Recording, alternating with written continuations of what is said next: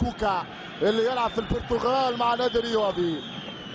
كرة داخل منطقة، محاولة خطيرة رأسية والهدف يأتي، الهدف يأتي لصالح المنتخب المصري. رامي ربيعة يتمكن من وضع الكرة داخل الشباك، رأسية ولا أروع من المدافع المصري اللي يتداول الكرة كما ينبغي ويسكن الكرة في الشباك ليعلن عن تقدم المنتخب المصري.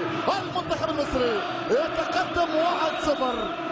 منتخب الفراعنة بحث عن فرصة للتسجيل، بحث عن بصمة فوجدها المدافع ربيعة بهذا الارتقاء الرائع. ربيعة يضع الكرة في المرمى ليضع مصر في المقدمة أمامنا لإعادة من جديد في رأسية ربيعة اللي تتجاوز مهارة الحارس نسيم الدورش وتعلن عن تقدم مصري 1-0.